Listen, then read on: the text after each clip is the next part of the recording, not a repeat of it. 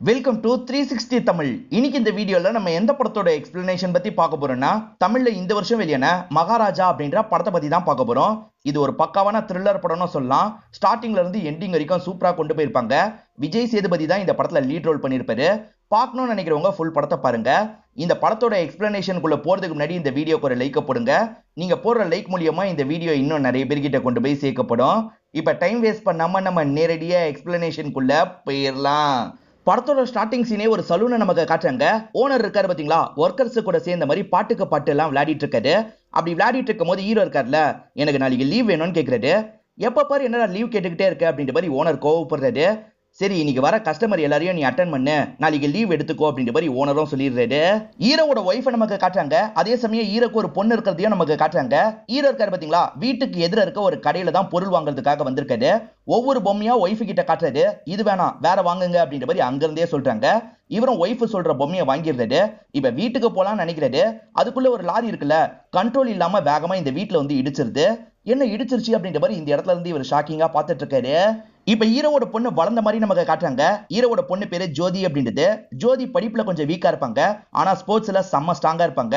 நிறைய காம்படிஷன்ல எல்லாம் தொடர்ச்சியா ஜெயிச்சிட்டு இருக்காங்க. இதுக்கு காரணம் இவங்களோட பிடி டீச்சரா தான் இருப்பாங்க. அவங்க பேரு ஆசிஃபா அப்படின்றது. அவங்களுக்கு ஜோதியை ரொம்பவே பிடிக்கும். அந்த ஆக்சிடென்ட்ல ஜோதியோட அம்மா இறந்து போயிடுவாங்க. அந்த ஆக்சிடென்ட் அப்ப குப்பை தொட்டி கவுந்து இந்த பொண்ணு மேல விழுந்திருக்கும். அதனால தான் பொண்ணு ஆக்சிடென்ட்ல இருந்து தப்பிச்சிருப்பா. அதனால அந்த குப்பை தொட்டியை ஞாபகார்த்தமா வச்சிருக்காங்க. வாரத்துக்கு ஒரு தடவை அதை பூஜை எல்லாம் பண்ணுவாங்க. இத பத்தி எல்லாம் இந்த பொண்ணு வாய்ஸ் ஓவர்ல தான் நமக்கு காமிச்சிட்டு இருக்காங்க. ஹீரோவை பொறுத்த வரைக்கும் இன்னும் பார்பரா வேலை பார்த்துட்டு இருக்காரு. இப்போ ஒரு பெரியவர்கிட்ட வேலை பார்த்துட்டு இருக்க மாதிரி நமக்கு காட்டுறாங்க. பெருசா ஹீரோ யார்கிட்டயும் பேச மாட்டாரு. இவர் பொண்ணு கூட சந்தோஷமா இவரோட வாழ்க்கையை வாழ்ந்துட்டு இருக்காரு. இவரோட பொண்ணு ஸ்கூல்ல ஒரு பிரச்சனை அப்படின்ற மாதிரி ஹீரோவை கூப்பிட்டுருக்காங்க. ஹீரோவும் என்ன பிரச்சனைன்னு கேக்குறாரு. பிரின்சிபல் இருக்காரு பாத்தீங்களா, சீஃப் கெஸ்டா வந்தவங்களுக்கு உங்க பொண்ணு தான் ட்ரிங்க்ஸ் எடுத்துட்டு போய் கொடுத்தா, அதுல பார்த்தா சரக்கு கலந்துருக்கு, என் ஸ்கூலோட ரெப்புடேஷனே போயிருச்சு, உங்க பொண்ணு தான் இதை பண்ணிருக்கா அப்படின்ற மாதிரிலாம் கோவப்படுறாரு. என் பொண்ணு அப்படிலாம் பண்ணிருக்க மாட்டா அப்படின்ற மாதிரி ஹீரோ சொல்றாரு. இல்ல, உங்களோட பொண்ணு தான் பண்ணிருக்கா அப்படின்ற மாதிரி பிரின்சிபல் பயங்கரமா கோவப்படுறாரு. அப்ப பிடி மிஸ் ஆசிஃபா இருக்காங்க பாத்தீங்களா, உண்மையிலேயே அந்த விஷயத்த பண்ண பையனை கூட்டு வந்துடுறாங்க. இவன் பண்ணதுக்கான வீடியோ ஆதாரமும் இருக்கு அப்படின்ற மாதிரி பிரின்சிபல் கிட்ட காட்டுறாங்க. பையன் மேலதான் தப்புன்னு புரிஞ்சுக்கிறாரு. சரி கிளம்பு அப்படின்ற மாதிரி ஹீரோவை போக சொல்றாரு. ஹீரோ இருக்காருல, என் பொண்ணை தப்பா புரிஞ்சு திட்டினீங்கல்ல, அதுக்காக மன்னிப்பு கேளுங்கன்னு சொல்றாரு. எது, நான் உன் பொண்ணு கிட்ட மன்னிப்பு கேட்கணுமா? அதெல்லாம் கேட்க முடியாது, முதல்ல கிளம்பு அப்படின்ற மாதிரி சொல்றாரு. இல்ல சார், நீங்க மன்னிப்பு கேட்கற வரைக்கும் நான் போக மாட்டேன் அப்படின்ற மாதிரி ஹீரோ அடம் பிடிக்கிறாரு. இவனை கூட்டு போங்க அப்படின்ற மாதிரி இந்த பிரின்சிபலும் ஆட்கள் கிட்ட சொல்றாரு. ஆட்களும் இழுத்துட்டு போக பாக்குறாங்க. ஆனா ஹீரோ இருக்காருல, அங்க இருக்க ஒரு பில்லரை டைட்டா புடிச்சுக்கிறாரு. நீங்க மன்னிப்பு கேட்கற வரைக்கும் நான் போக மாட்டேன்ற மாதிரிலாம் ஹீரோ சொல்றாரு. அந்த பில்லர் வேற லைட்டா வீரெல்லாம் விட ஆரம்பிக்குது. இப்ப பொண்ணு இருக்காங்கல்ல, என்கிட்ட மன்னிப்பு கேட்காம என்னோட அப்பா போக மாட்டாரு, தயவு செஞ்சு கேட்டுருங்க அப்படின்ற மாதிரி சொல்லிட்டாங்க. வேற வழி இல்லாம பிரின்சிபல் இருக்காருல, என்ன மன்னிச்சிருப்பா விட்டுரு அப்படின்ற மாதிரி சொல்லிட்டாரு. அதுக்கப்புறம் தான் அந்த பில்லரை விடுறாரு, பொண்ணை கூட்டிட்டு போறாரு. பொண்ணு காம்படிஷனுக்காக வேற ஊருக்கு போக போறாங்க. அப்பா கிட்ட சொல்லிட்டு சந்தோஷமா கிளம்பிட்டு இருக்காங்க. அந்த குப்பை தொட்டியை இவங்க லட்சுமி அப்படின்ற மாதிரி தான் கூப்பிடுவாங்க. லட்சுமியை பத்திரமா பாத்துக்கோங்க, அடிக்கடி போட்டோ எடுத்து அனுப்பணும் அப்படின்ற மாதிரி சொல்றா. சரின்ற மாதிரி இவரும் ஏத்துக்கிறாரு. பொண்ணு அனுப்பி விடுறாரு. இப்ப ஹீரோவோ நைட்டு நேரம் வீட்டுக்கு வராரு. இப்ப கதவை திறந்து இவரோட வீட்டுக்குள்ள போறாரு. என்னாச்சு நமக்கு தெரியல. கொஞ்ச நேரம் கழிச்சு வீட்டுக்குள்ள நமக்கு கேமராவை கொண்டு போறாங்க. பார்த்தா ஒரு பாம்பு ஊர்ந்து போகுது. வீட்டுல பொருள்லாம் கலைஞ்சு போயிருக்கிறது நமக்கு தெரிய வருது. அந்த பாம்பும் ஜன்னல் வழியா வெளியே போகுது. அங்க இருக்க ஒரு பாத்திரம் பொத்துன்னு கீழே விழுது. இப்பதான் ஹீரோ கண்முழிக்கிறாரு. காயப்பட்ட மாதிரி தான் இருக்காரு. இப்போ ஒரு கவுன்சிலரை நமக்கு காட்டுறாங்க. இவரை பொறுத்த வரைக்கும் ஆக்டர் குணாலோட ஃபேனா இருப்பாரு. இவர் காரை சர்வீஸ்க்காக விட்டுருப்பாரு. காரை அந்த இடத்துல நிறைய ஓட்டிருக்காங்கன்னு தெரிய வருது. அதே சமயம் இவரோட கண்ணாடியும் எடுத்து வச்சிருக்காங்கன்னு தெரிய வருது. அந்த இடத்துக்கு வந்தவர் பயங்கரமா பிரச்சனை பண்ணிட்டாரு. கண்ணாடி எங்கன்ற மாதிரிலாம் அங்க இருக்க ஒரு போட்டு அடிச்சிட்டு இருக்காரு. இந்த தள்ளுமுள்ளு எல்லாம் நடந்துட்டு இருக்கும் போதுதான் தனான்னு ஒரு நபர் அந்த இடத்துக்கு வரான். இவன் தான் அந்த காரை சர்வீஸ் பண்ணா அப்படின்ற மாதிரி ஆட்கள் சொல்லிட்டாங்க. அப்ப நீ தான் எடுத்தியா அப்படின்ற மாதிரி அந்த நபரை போட்டு பயங்கரமா அடிச்சிட்டு இருக்காரு. அவனை இல்ல இல்லன்னு சொல்றான். ஆனா கேட்காம இந்த கவுன்சிலர் இருக்காருல, பயங்கரமா போட்டு அடிச்சிடுறாரு. அதுக்கப்புறம் அங்க இருந்து கிளம்புறாரு. கார்ல இருந்த கண்ணாடியை தூக்கிட்டாங்கல்ல, அதை பத்தி பார்ல இவரோட ஃப்ரெண்ட்ஸ் கிட்ட இவர் சொல்லிட்டு இருக்காரு. அப்பதான் அந்த தனா அந்த இடத்துக்கு வரான். வந்தவன் கண்ணாடியை எடுத்து காட்டுறான். இவர் கண் முன்னாடியே அந்த கண்ணாடியை உடைச்சிடறான். கோவப்பட்ட இந்த கவுன்சிலரும் சண்டை போடுறதுக்காக வராரு. அந்த தனா இவரை விட பயங்கரமா சண்டை போடுறான். இவரை போட்டு பயங்கரமா அடிச்சிடறான். இவரும் காயப்பட்ட மாதிரி அந்த இடத்துல விழுந்து கிடக்குறாரு. இப்ப போலீஸ் ஸ்டேஷன் நமக்கு காட்டுறாங்க. ஹீரோவும் கம்ப்ளைண்ட் கொடுக்கறதுக்காக இந்த இடத்துக்கு வந்திருக்காரு. இவரை பார்த்த எஸ்ஐ இருக்காருல, என்ன கம்ப்ளைண்ட் சொல்லு அப்படின்ற மாதிரி கேட்கிறாரு. ஹீரோவும் என்னாச்சுன்னு எஸ்ஐ கிட்ட சொல்ல ஆரம்பிக்கிறாரு. இவர் வீட்டுக்குள்ள நுழைஞ்சாரு பாத்தீங்களா, அப்ப திடீர்னு 2 பேர் வந்து இவரை லாக் பண்ணிருப்பாங்க. இவரும் தடுத்து அவங்க கூட சண்டெல்லாம் போட்டிருப்பாரு. அப்ப மூணாவதா ஒருத்தன் வந்து மண்டிலேயே அடிச்சிருப்பான். என் வீட்டுல இருந்த லட்சுமியை 3 பேருமே சேர்ந்து தூக்கிட்டு போயிட்டாங்க அப்படின்ற மாதிரி சொல்லிட்டாரு. நகையை தான் இவர் லட்சுமின்னு சொல்றதா எஸ்ஐ நினைக்கிறாரு. எத்தனை சவரன் அப்படின்ற மாதிரி கேட்கிறாரு. சார் நகையை பத்தி நான் சொல்ல அப்படின்ற மாதிரி ஹீரோ சொல்லிட்டாரு. அப்போ உன் குடும்பத்துல யாராதா அப்படின்ற மாதிரி எஸ்ஐ கேட்கிறாரு. சார் என் ஒய்ஃப் எப்பயோ இறந்து போயிட்டா, என் பொண்ணு காம்படிஷனுக்காக வெளியூருக்கு போயிருக்கா. அப்ப லக்ஷ்மினா பணத்தை சொல்றியா, பணம் காணாம போயிடுச்சான்னு கேட்கிறாரு. பணமும் இல்ல சார், இருங்க லக்ஷ்மியை காட்டுறேன் அப்படின்ற மாதிரி ஹீரோ இருக்காரு பாத்தீங்களா, போட்டோல இருக்க அந்த குப்பை தொட்டியை காட்டுறாரு. இதை பாக்குற எஸ்ஐ பயங்கரமா டென்ஷன் ஆயிடுறாரு. குப்பை தொட்டி காணான்னு கம்ப்ளைண்ட் பண்றதுக்காக வந்திருக்கியா, சரி குப்பை தொட்டிக்குள்ள காஸ்ட்லியான பொருள் எதையாவது வச்சியான்னு கேட்கிறாரு. அதெல்லாம் இல்லன்ற மாதிரி சொல்லிட்டாரு. என்னையா விளையாடிட்டு இருக்கியா, முதல்ல கிளம்புன்ற மாதிரி எஸ்ஐ கோவப்படுறாரு. உங்களால முடியலன்னா உங்களோட சீனியரை பார்த்து நான் பேசுறேன் அப்படின்ற மாதிரி ஹீரோ சொல்லிட்டு இருக்காரு. இதை கேட்கிற எஸ்ஐ டென்ஷன் ஆயிடுறாரு. என்ன விளையாடிட்டு இருக்கியா, முதல்ல இந்த இடத்தை விட்டு கிளம்பு அப்படின்ற மாதிரி அடிச்சு துரத்தி விடுறாரு. ஆட்களும் இவரை வெளியே இழுத்துட்டு போயிட்டு இருக்காங்க. ஆனா இவர் இருக்காரு பாத்தீங்களா, அங்க இருக்க ஒரு ஷெல்ஃபை புடிச்சிடுறாரு. யோ விடு விடுன்னு சொல்றாங்க. ஆனா இவர் விடாம புடிச்சுக்கிட்டே இருக்காரு. இவங்களும் இழுக்க ட்ரை பண்றாங்க. பார்த்தா அந்த ஷெல்ஃப் உடஞ்சி கீழே விழுந்துருது. மேல ஒரு பாம்போ இருந்திருக்கும். அந்த பாம்பை பாக்குற எல்லாருமே வேகமா இங்க இருந்து தெரிச்சு ஓடிடுறாங்க. ஆனா ஹீரோ அங்கேயே தான் உட்காந்து இருக்காரு. கொஞ்ச நேரம் கழிச்சு ஹீரோ இருக்காரு பாத்தீங்களா, அந்த பாம்பை கையில தூக்கிட்டு வெளியே வராது. என்ன பாம்பு அசால்ட்டா கையில தூக்கிட்டு வெளியே வரான் அப்படின்ற மாதிரி எல்லாருமே ஷாக்கிங்கா பாக்குறாங்க. இப்போ ஒரு திருடனை நமக்கு காட்டுறாங்க. எகிரி குச்சி ஒரு வீட்டுக்குள்ள வந்துடுறான். வந்தவன் இப்ப பீரோவை பார்த்து பீரோ ஓபன் பண்ணி உள்ள இருக்க நகையெல்லாம் எடுத்துட்டு இருக்கான். இவன் எப்படி திருடினா அப்படின்றத போலீஸ் கிட்ட காமிச்சிட்டு இருக்கான். இந்த வீட்டுல இருந்து 60 பவுன் நகையை திருடி இருப்பான். இன்ஸ்பெக்டர் இருக்காரு பாத்தீங்களா, அவனை பிடிச்சி அந்த நகையெல்லாம் மீட்டு இந்த ஓனர் கிட்ட தந்துட்டு இருக்காரு. வீடு கிராண்டா இருக்குல்ல சார், ரொம்ப செலவு பண்ணி கட்டின மாதிரி இருக்கு.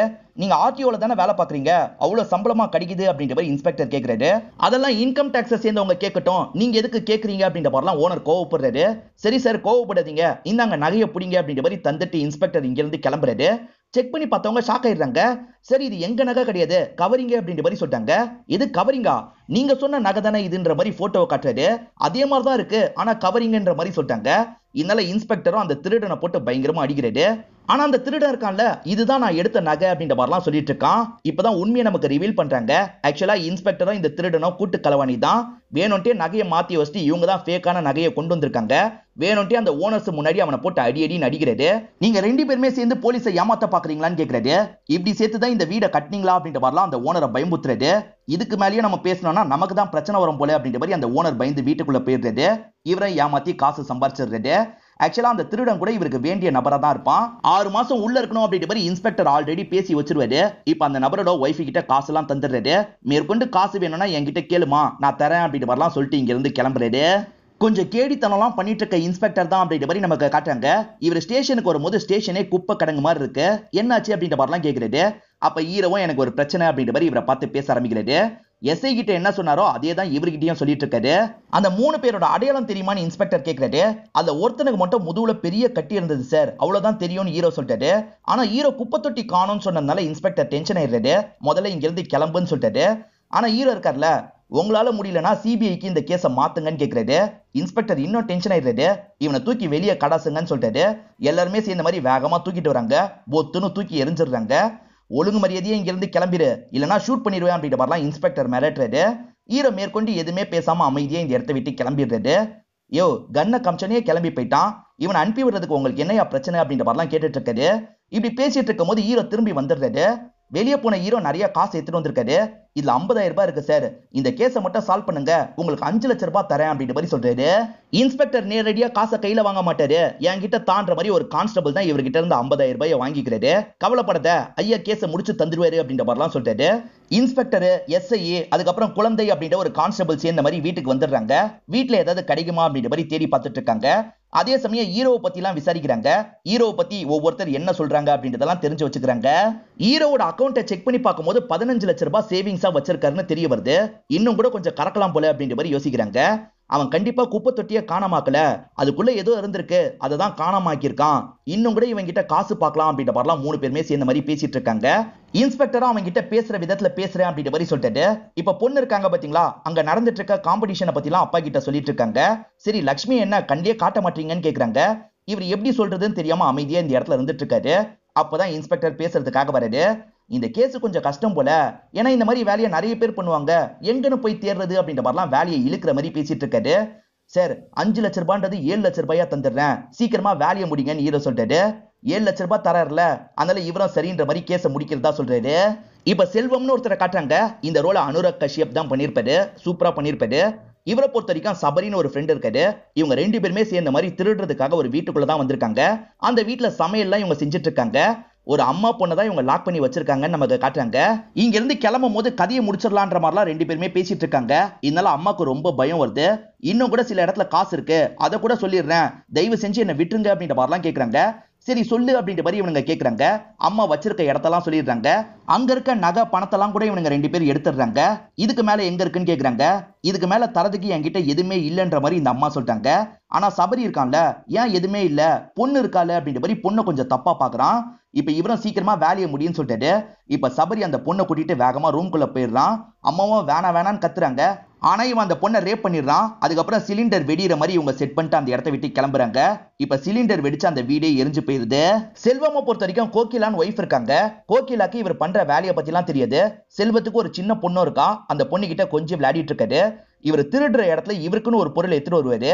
அந்த பொருளை குழந்தை கிட்ட தராரு. குழந்தையும் பிடிக்கலன்ற மாதிரி தள்ளி தள்ளி விட்டுட்டு இருக்கா. இதனால செல்வம் இருக்காரு பாத்தீங்களா, அதை ஒரு இடத்துல போடுறது என்னன்னு பாத்தீங்கன்னா ஹீரோட குப்பை தொட்டின்ற மாதிரி நமக்கு காட்டுறாங்க. ஹீரோ சொன்ன மாதிரி குப்பை தொட்டியெல்லாம் நம்ம கண்டுபிடிக்க முடியாது. அதனால ஃபேக்கா ஒரு குப்பை தொட்டியை வாங்கி தந்துருவோம் அப்படின்ற மாதிரி அதே மாதிரி குப்பை தொட்டியை வாங்குறதுக்கு இவங்க எல்லாம் பயங்கரமா ட்ரை பண்ணிட்டு இருக்காங்க. செல்வம்க்கு சபரின்னு ஒரு ஃப்ரெண்ட் இருக்கிறதா சொன்ன பாத்தீங்களா, இவங்க ரெண்டு பேருமே எலக்ட்ரானிக்ஸ் கடை தான் வச்சிட்டு இருப்பாங்க. சில சமயம் மட்டும் நைட்டு நேரத்துல ஏதாவது ஒரு வீட்டுக்குள்ள பூந்துருவாங்க. முடிஞ்ச அளவுக்கு அங்க இருந்து நகை பணத்தெல்லாம் திருடிட்டு போவாங்க. இதெல்லாம் நமக்கு காமிக்கிறாங்க. செல்வமும் ஒரு செல்ஃப்ல இருந்து பொருள் எடுக்கிறதுக்கு ட்ரை பண்ணிருப்பாரு. சரிஞ்சு குழந்தை மேல விழுந்திருக்கும். அதனால குழந்தையோட முதுகுல அடிபட்டிருக்கு. அதுக்கு இவரும் இவரோட ஒய்ஃபும் சேர்ந்த மாதிரி மருந்தெல்லாம் போட்டு விட்டுட்டு இருக்காங்க. இப்ப நல்ல சிவன்னு ஒருத்தரை காட்டுறாங்க. இவர் சின்ன சின்ன திருட்டு வேலை எல்லாம் பண்ணுவாரு. போலீஸ் இன்ஃபார்மராவும் மாறி இருப்பாரு. இவரு ஒய்ஃபு கூட கடிக்கு வந்திருக்காரு. அந்த இடத்துல வச்சுதான் குழந்தைய பாக்குறாரு. குழந்தைய அந்த மாதிரி குப்பை தொட்டி வாங்குறதுக்கு ட்ரை பண்ணிட்டு இருக்காருன்னு தெரிய வருது. இப்ப இன்ஸ்பெக்டரும் கால் பண்ணி நல்ல சிவன் கிட்ட பேச ஆரம்பிக்கிறாரு.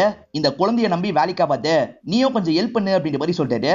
சரி சார், எப்படியாவது ஏற்பாடு பண்றேன் அப்படின்ற மாதிரி நல்ல சிவன் சொல்றாரு. தனாவோட ஷாப்ல ஒரு நபர் இருந்தாரு பாத்தீங்களா, அவர் போலீஸ் ஸ்டேஷன்ல கம்ப்ளைண்ட் கொடுக்கறதுக்காக வந்திருக்காரு. தனா கொஞ்ச நாளா மிஸ் ஆகுறான். அதனால தான் கம்ப்ளைண்ட் கொடுக்கறதுக்கு வந்திருக்காரு. தனாவோட போட்டோ அந்த நபர் கையில வச்சிருக்காருல, இதை ஹீரோ பாக்குறாரு. பார்க்கும் போது ஒரு பிளாஷ்பேக்கை யோசிச்சு பாக்குறாரு. அதாவது பாம்பு போய் ஒரு பொருள் விழுந்ததுல அப்பதான் ஹீரோ கண் முழிச்சிருப்பாரு. கண் முழிச்ச ஹீரோவோட கண்ணுல ஒரு பில்லு மாட்டுது.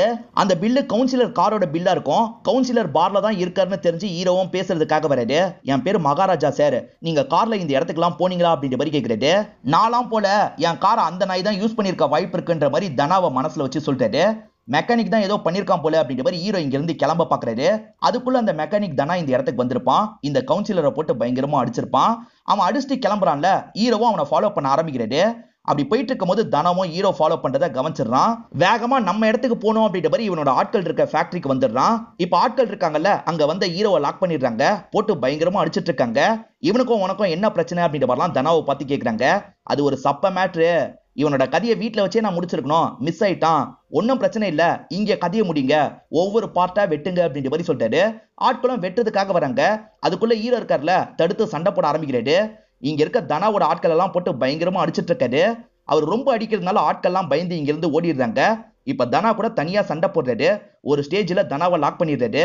நீ மட்டும் வரல, உன் கூட 2 பேர் வந்தாங்க, ஒழுங்கா அவங்கள பத்தி சொல்லு அப்படின்ற மாதிரிலாம் கேட்கிறாரு. தனா இருக்கான்ல, அதுல ஒருத்தன் போலீஸ் ஸ்டேஷன்ல தான் வேலை பார்க்கறான், முடிஞ்சா கண்டுபிடிச்சுக்கோ அப்படின்ற மாதிரி தனா சொல்லிட்டாரு. அதே மாதிரி ஹீரோவை தள்ளி விட்டு வேகமா இங்க இருந்து தப்பிச்சு கிளம்பலான்னு பைக் எடுத்துட்டு கிளம்ப பாக்குறாரு. ஆனா ஹீரோ இருக்காருல, ஒரு அருவாளை வச்சு இவரோட தலையை துண்டா வெட்டிடுறாரு. சோ தனாவோட கதை இந்த இடத்துல முடிஞ்சிடும். பாடி எல்லாம் மறைச்சு வச்ச மாதிரி இங்க இருந்து கிளம்பி போயிடுவாரு. சோ தனா காணாம போல, ஹீரோ தான் கதையை முடிச்சிருக்காரு. இவர் யாரு சார், உங்க ஃப்ரெண்டா அப்படின்ற மாதிரி இந்த நபர்கிட்ட பேச்சு கொடுக்குறாரு. இவன் என் ஃப்ரெண்ட் எல்லாம் கிடையாது, இவனை நம்பி 10 லட்சம் ரூபாய் கடன் வாங்கி தந்தேன், திடீர்னு காணாம போயிட்டான், அதனால தான் வந்திருக்கேன்னு சொல்றாரு. இவரோட மத்த ஃப்ரெண்ட்ஸை பத்தி தெரியுமான்னு ஹீரோ கேட்கிறாரு. மேக்சிமம் இவன் ஜெயில தான் இருப்பான், ஜெயில தான் இவனுக்கு ஃப்ரெண்ட்ஸ் இருக்க வாய்ப்பு இருக்குன்ற மாதிரி இந்த நபர் சொல்லிட்டு இருக்காரு. இவன் கூட தனா கூட வந்த நபரா இருக்க வாய்ப்பு இருக்குல்ல, அதனால ஹீரோவும் தட்டி கொடுக்குற மாதிரி முதுகுல கையை வைக்கிறாரு. இவன் முதுகுல அந்த கட்டி இருக்கான்னு செக் பண்றதுக்காக தான் இப்படி பண்றாரு. இந்த நபரோட முதுகுல கட்டி இல்ல, அப்ப தனா கூட வந்தது யாரா இருக்கும்ன்ற மாதிரிலாம் ஹீரோ யோசிக்கிறாரு. இப்ப தனா காணாம போனதுனால இந்த கவுன்சிலரை கூப்பிட்டு விசாரிக்கிறாங்க. நீ தான் கடைசியா அடிச்சிருக்க, என்ன பண்ண அப்படின்ற மாதிரிலாம் கேக்குறாங்க. சார் நீங்க வேற, அவன் தான் பார்ல வந்து என்ன அடிச்சான், நானும் எதுவுமே பண்ணலன்னு சொல்லிட்டாரு. அதே மாதிரி தனா அடிக்கிறதுக்கு முன்னாடி வேற யாரோ அவனை பத்தி கேட்டாங்க, அவன் பேரு கூடன்னு யோசிக்கிறாரு. பொறுமையா யோசிச்சு சொல்லு, உட்காருன்ற மாதிரி இன்ஸ்பெக்டர் சொல்லிட்டாரு. இவரும் உட்கார்றதுக்காக வராரு. அங்கதான் ஹீரோ இருக்காரு.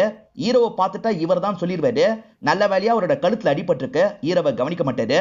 இப்ப யோசிச்சவர் பேரு தெரிஞ்சிருச்சுன்னு சொல்லிட்டாரு. இளையராஜான்னு சொல்லிட்டாரு. அதாவது மகாராஜான்ற பேரை இவர் தெரியத்தனமா தப்பா சொல்லிட்டாரு. சரியா நீ கிளம்பு அப்படின்ற மாதிரி இன்ஸ்பெக்டரும் அனுப்பி வச்சிடுறாரு. அந்த மாதிரி குப்பை தொட்டி இப்ப கிடைக்கவே மாட்டேங்குது, செஞ்சாதான் உண்டு அப்படின்ற மாதிரி யோசிக்கிறாங்க. செய்யறதுக்காக ஒவ்வொரு ஆட்களா இவங்க மீட் பண்ணிட்டு இருக்கிறத நமக்கு காட்டுறாங்க. அதே சமயம் ஸ்டேஷன்ல ஒரு கான்ஸ்டபிள் ட்ரெஸ் மாத்திட்டு இருக்காரு. அதை ஹீரோ பின்னாடி இருந்து கவனிச்சிட்டு இருக்காரு. ஒரு ஜென்ஸ் ட்ரெஸ் மாத்துறதை இப்படிதான் பாப்பியான்ற மாதிரி அங்க இருக்க ஒரு கோவப்படுறாரு. இவர் முதுகுல கட்டி இருக்கான்னு பாக்குறதுக்காக தான் ஹீரோ இப்படி செக் பண்ணிருப்பாரு. இங்க இருக்க ஒவ்வொரு போலீஸையும் கட்டி கட்டி பிடிக்கிறாரு. அப்ப முதுகுல கட்டி இருக்கான்னு செக் பண்றாரு. கட்டி இல்லனா இவங்க முதுகுல கட்டி இல்லன்ற மாதிரி மார்க் பண்ணி வச்சுக்கிறாரு. இந்த இடத்துல இவங்க ரெண்டு பேரும் நமக்கு காட்டுறாங்க. இவங்க ரெண்டு பேருமே பர்டிகுலரா ஒரு நபரை பாக்குறதுக்காக வந்துடுறாங்க. அவரு நான் செஞ்சு தந்துடுறேன் அப்படின்ற மாதிரிலாம் இவங்க கிட்ட சொல்றாரு. செல்வமோட பொண்ணுக்கு பர்த்டே வரப்போது, அதுக்காக செயின் வாங்குறதுக்காக தான் வந்திருக்காங்க. சாதாரண செயின்லாம் நிறைய காட்டுறாங்க. ஆனா செல்வமும் காஸ்ட்லி செயினா காட்டுங்க அப்படின்ற மாதிரி சொல்லிட்டாரு. எதுக்கு அவ்வளவு காஸ்ட்லிலாம் அப்படின்ற மாதிரி ஒய்ஃபை கேக்குறாங்க. குழந்தைக்கு தானே வாங்குறோம், பரவாயில்லன்னு சொல்லிட்டாரு. இந்த டிசைன் ரெடியாக 2 நாள் ஆகும்னு சொல்றாங்க. ஜோதி கூட சேர்ந்து மத்த பொண்ணுங்களும் வந்திருப்பாங்கல்ல, அதுல ஒரு பொண்ணு ஜோதியோட ஷூவை கேட்காம எடுத்திருப்பா. எதுக்காக என்கிட்ட கேட்காம ஷூவை எடுத்த அப்படின்ற மாதிரி கோவப்படுறாங்க. அந்த பொண்ணும் பயத்துல சாரின்னு சொல்றா. சரி, இதுக்கப்புறம் இந்த மாதிரி பண்ணாத, கேட்டு எடுத்துக்கோ அப்படின்ற மாதிரி ஜோதியும் சொல்றாங்க. இவர் காஸ்ட்லியான செயினை புக் பண்ணிருக்காருல, கோகிலாவும் எதுக்காக இவ்வளவு செலவுல செயின் வாங்கணும், நீ கடன்லாம் வாங்குறியா, கடன்லாம் வாங்காத அப்படின்ற மாதிரி சொல்றாங்க. என் பொண்ணோட சந்தோஷம் தான் எனக்கு முக்கியம், அதனால தான் இவ்வளவு செலவு பண்றேன், நீ ஃப்ரீயா விடுன்னு சொல்லிட்டாரு. சரின்ற மாதிரி ஒய்ஃபை ஏத்துக்கிறாங்க.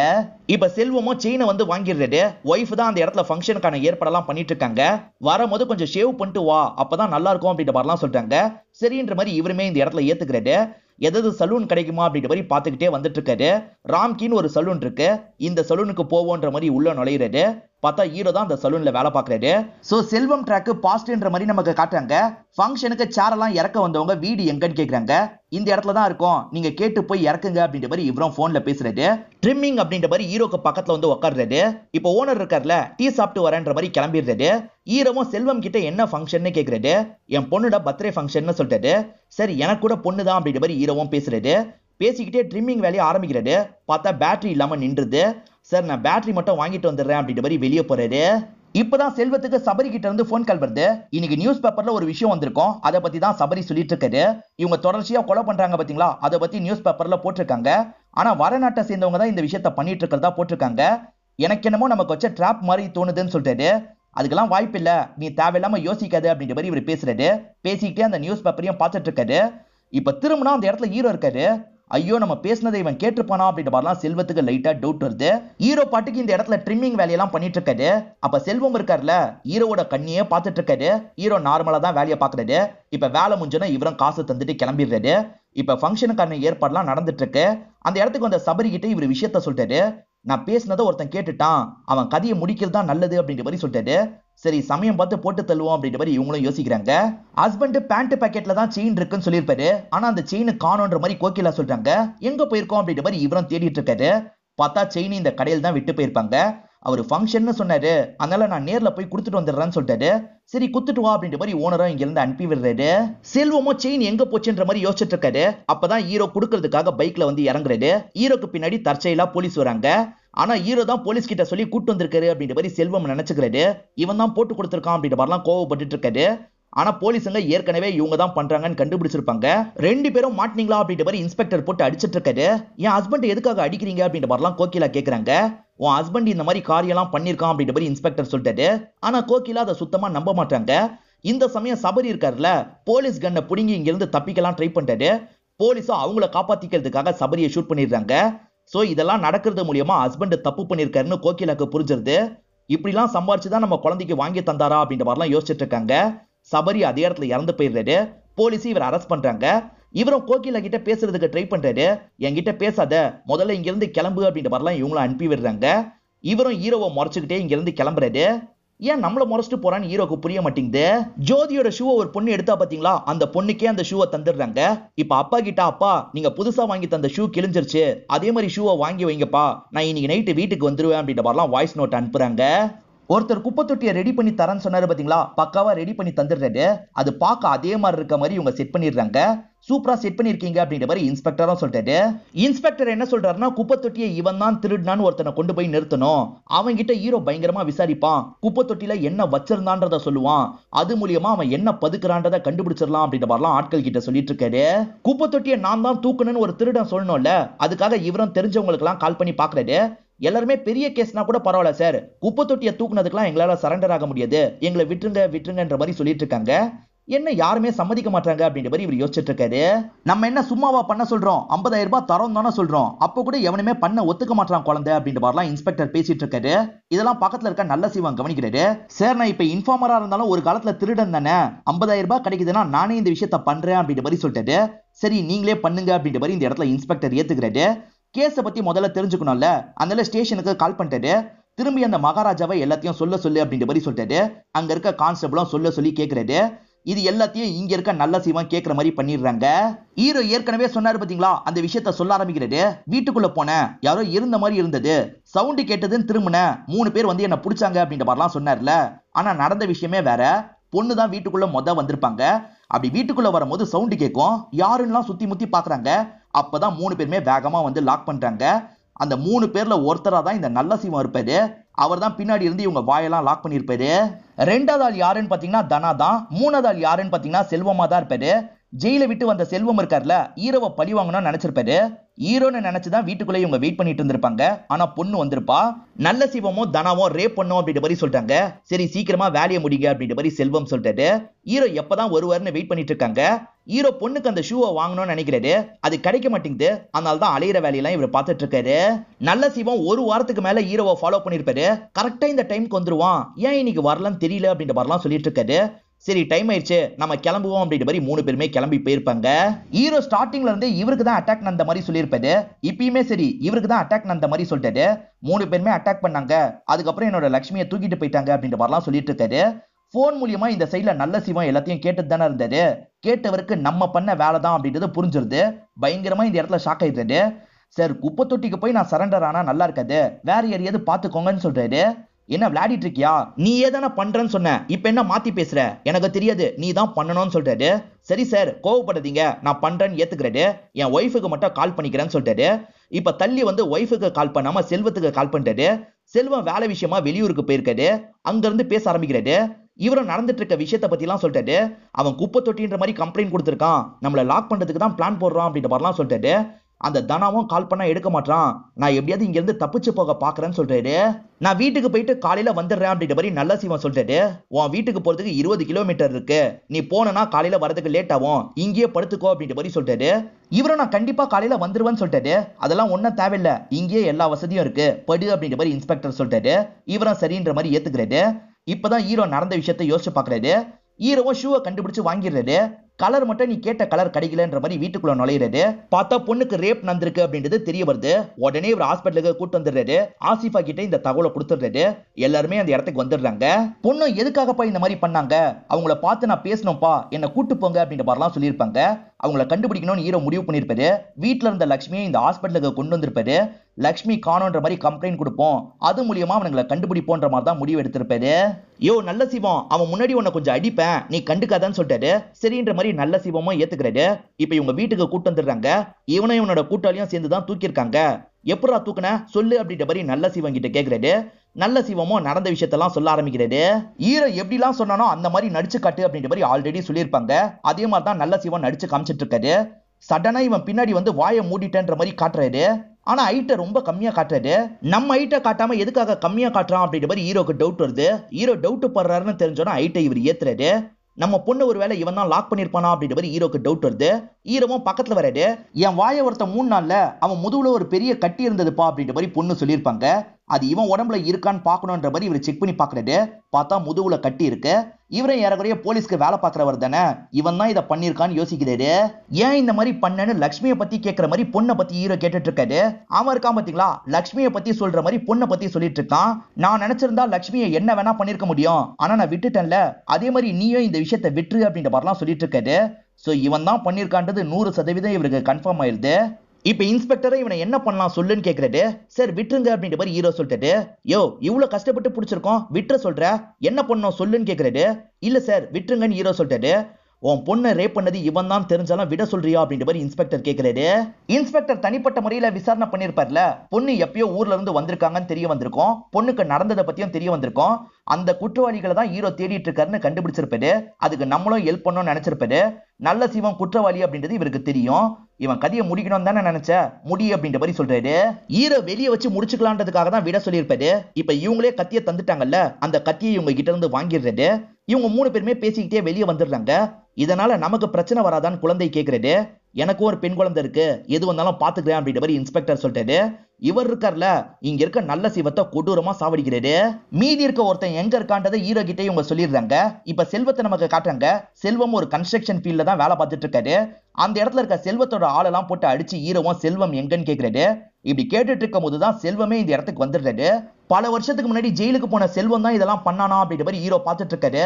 என்னடா என்ன ஞாபகம் இருக்கா, ஒன்னால தான் நான் மாட்டினேன், உன்னை விட மாட்டேன் அப்படின்ற மாதிரி செல்வமும் போட்டு பயங்கரமா அடிச்சிட்டு இருக்காரு.